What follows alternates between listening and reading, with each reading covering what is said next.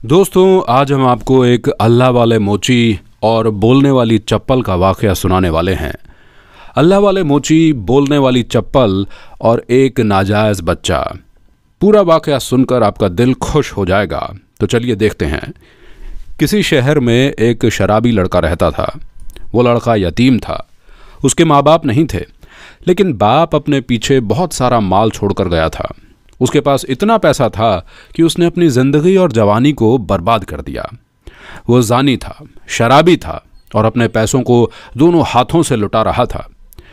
एक बार उसने सुना कि शहर में कोई अल्लाह वाले आए हैं जो हर मुश्किल का हल चुटकियों में निकाल देते हैं। वो लड़का अल्लाह वालों का मजाक बनाता था। दर हकीकत उसको गरीबों से चिढ़ थी, फ़कीरों से वो नफ़रत करता था। उसके एक पड़ोसी ने उसको ये बात बताई, क्योंकि काफ़ी लोग उन अल्लाह वालों से दुआ लेने जा रहे थे। अब उसने सोचा, क्यों ना मैं भी जाकर देखूं कि वो कौन है। उसकी सोच बिल्कुल साफ नहीं थी कि वो अल्लाह वाले की दुआ ले, उनकी बरकत से गुनाहों से बचने की कोशिश करे, बल्कि वो तो इसलिए जाना चाह रहा था कि देखूं तो सही कि शहर में कौन से जादूगर साहब आए हैं ये, जिनके पीछे लोग इतने पागल हो रहे हैं। वो अपने पड़ोसी के साथ अल्लाह वाले के घर पहुंचा। वो घर क्या था, एक टूटी फूटी झोंपड़ी थी। ये देखकर उस शराबी लड़के की हैरत से हंसी निकल गई और वो कहने लगा, ये इस जगह रहकर लोगों को क्या देते हैं? अरे मेरे साथ चलो तुम लोग, इनसे ज्यादा नवाज सकता हूं तुम लोगों को मैं। पड़ोसी ने कहा, खामोश रहो, बहुत बड़े बुजुर्ग हैं। वो खामोश तो हो गया, लेकिन दिल ही दिल में मजाक उड़ा रहा था। अंदर जाकर उसने सोचा था कि कोई बड़े बुजुर्ग बैठे होंगे जिनके चारों तरफ मुरीद होंगे। तो वहाँ लोग तो मौजूद थे और बहुत अदब से उनके पास बैठे थे, लेकिन अजीब बात यह थी कि वो बुजुर्ग कुछ काम कर रहे थे। अब उसने जो पास जाकर देखा तो वो तो चप्पलों की मरम्मत कर रहे थे। वो शराबी लड़का कहने लगा, क्या ये मोची है? मुझे एक मोची के पास लेकर आए हो?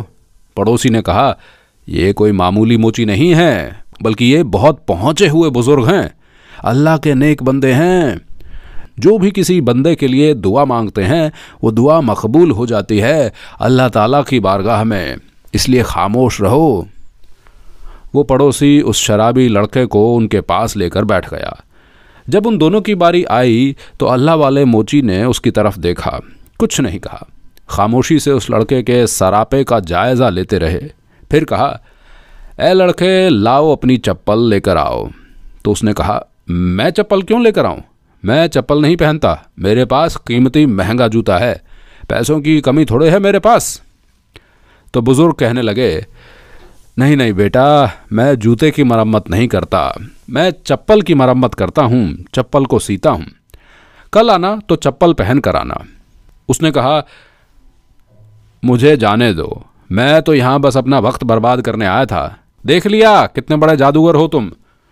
उसकी बात सुनकर अल्लाह वाले को गुस्सा आ जाता है, लेकिन वो बर्दाश्त और तहम्मुल से बैठे रहे। उससे कहा, जो कह दिया वो करना, और हाँ, आज रात किसी औरत के पास नहीं जाना, वरना बहुत बड़ा अजाब आ जाएगा। वो हंसी उड़ाने लगा। इसके बाद अपने घर आ गया। उसने शराब पी और रात तक सोता रहा। रात के पिछले पहर को उठा और शहर की हसीन तरीन औरत के पास चला गया।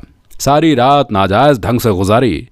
सुबह हुई तो घर जाने के लिए निकला तो चकरा गया और कचरे के ढेर पर गिर गया, लेकिन कोई भी पुरसाने हाल नहीं था जो उसे उठाता। जब उसे होश आया तो उससे उठा नहीं जा रहा था। बड़ी मुश्किल से उठा। चकराते सर के साथ लड़खड़ाता हुआ वो अपने घर पहुंचा।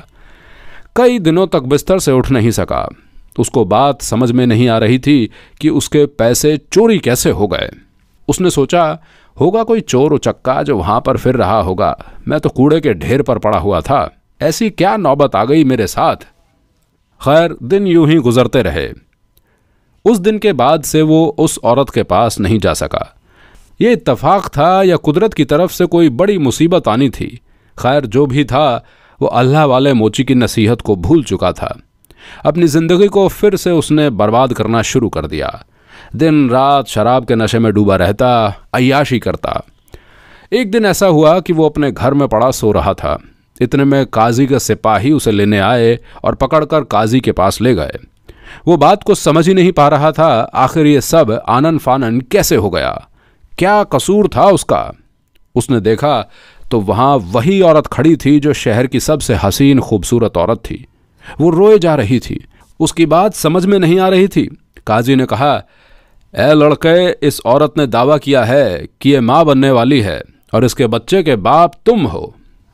तुमने इसके साथ ज़बरदस्ती करने की कोशिश की थी, जिसके नतीजे से ये दिन देखना पड़ रहा है। वो शर्मिंदा हुआ।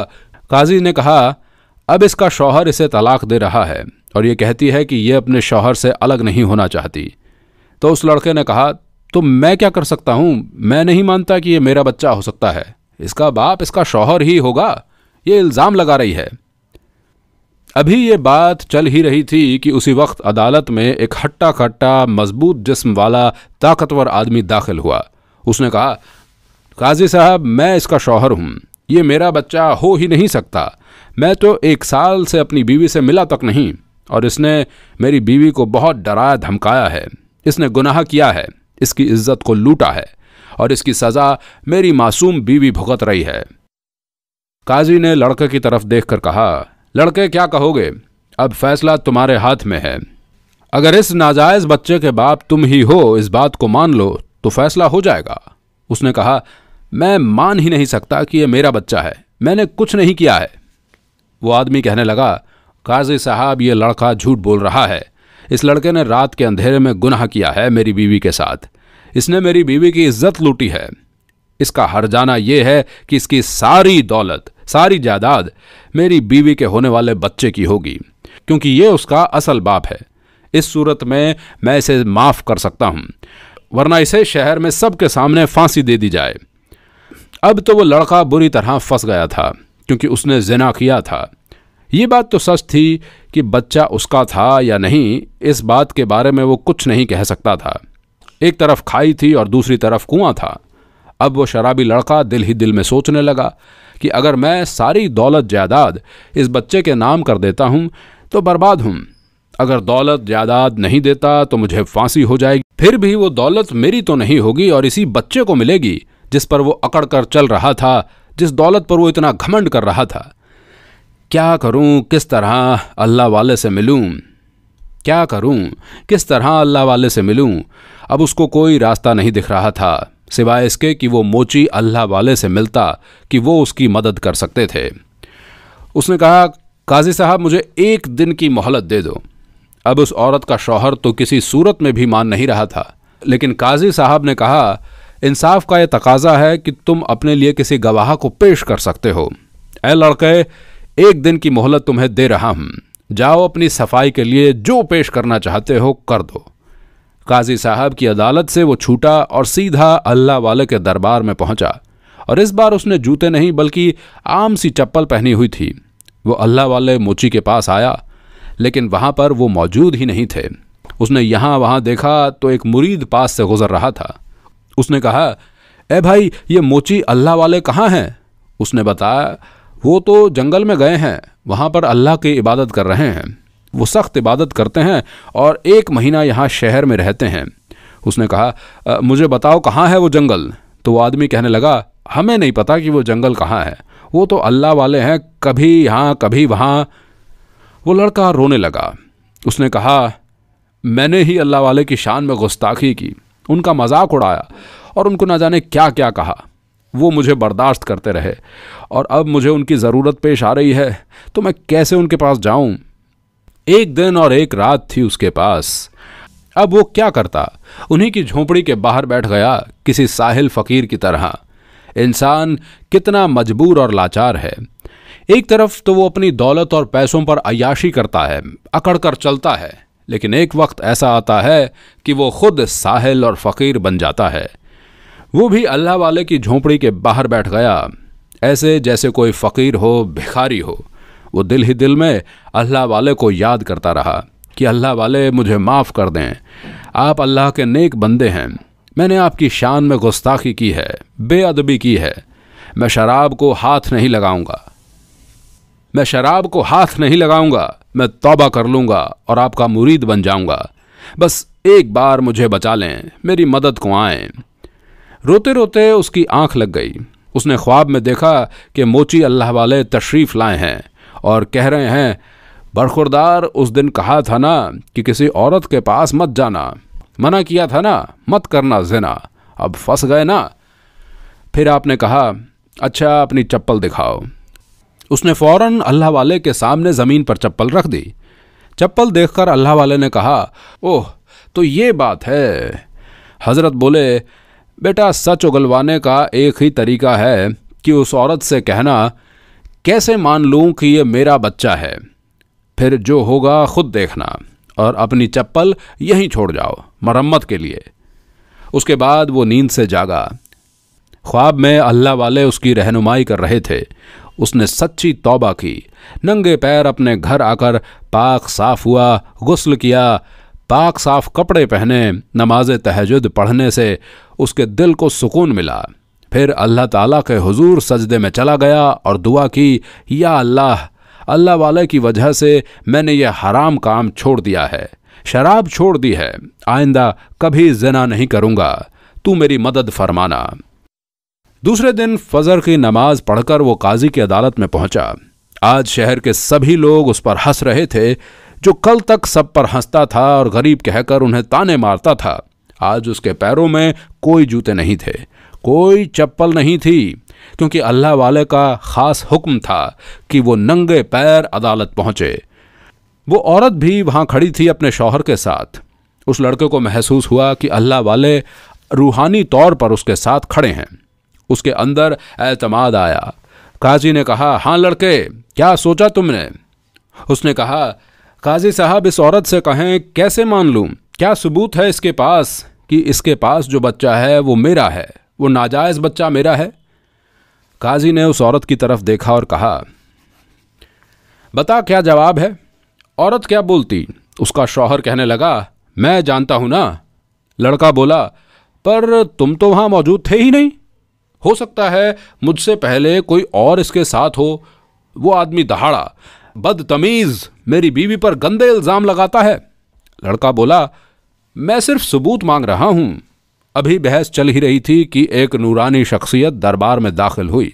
वो मोची अल्लाह वाले थे। वो जवान खुश हो गया। उन्होंने काजी साहब से कहा, काजी साहब इस लड़के की गवाही कोई और नहीं, यानी कोई इंसान नहीं, कोई बोलता जीता जागता इंसान नहीं, बल्कि एक चप्पल देगी। रुक जाइए, मैं आपको दिखाता हूं। उन्होंने फिर थैले से उस लड़के की चप्पल निकाली और कहा, चप्पल गवाही दे, कौन सच है कौन झूठ। चप्पल हवा में उड़ी और उस औरत के शौहर के सर पर पड़ने लगी। सब हैरान थे कि क्यों पड़ रही है, इसे क्यों मार रही है। उसके बाद वो चप्पल बोली, ये औरत इसकी बीवी नहीं बल्कि बहन है, और यह हामिला नहीं है। ये दोनों बहन भाई इसी तरह बेवकूफ़ और बिगड़े लड़कों को लूटते हैं। चप्पल ये कहकर ज़मीन पर आ गई। मोची अल्लाह वाले ने कहा, नौजवान चप्पल पहन लो।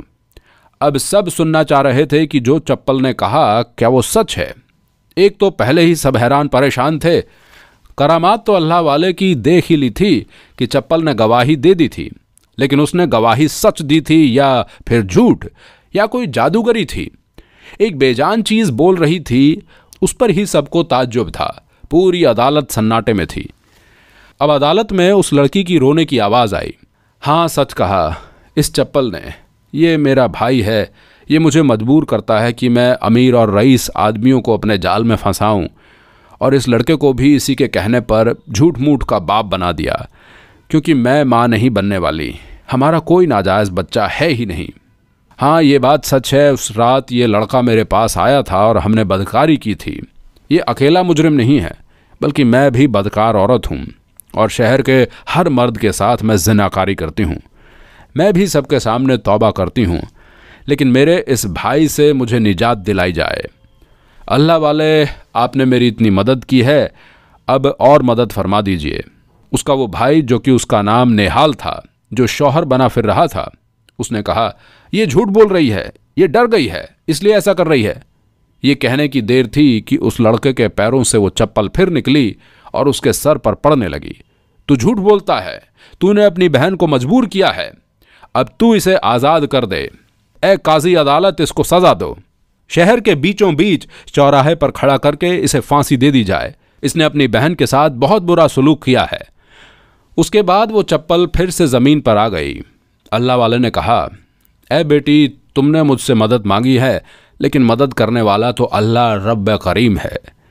हाँ, अगर तुम तौबा करती हो और कहोगी कि तुम कभी ज़िनाकारी नहीं करोगी, तो फिर मैं इस नौजवान से कहता हूँ कि ये तुमसे निकाह कर ले। अल्लाह वाले की तरफ सब देख रहे थे। उन्होंने फिर से फरमाया, बहरहाल ज़िना तुम दोनों ने किया था, बदकारी तुम दोनों ने की है। ये लड़का तो ताइब हो गया, इसने तौबा की है, न शराब पिएगा न ज़िना करेगा। अब ये सही वक्त है कि ए लड़के, तुम इस लड़की को हक के जौजियत दे दो, यानी अपनी बीवी बना लो, इससे निकाह कर लो। और फिर उनका निकाह पढ़ा दिया गया। अब वो लड़का हर इल्ज़ाम से बरी था।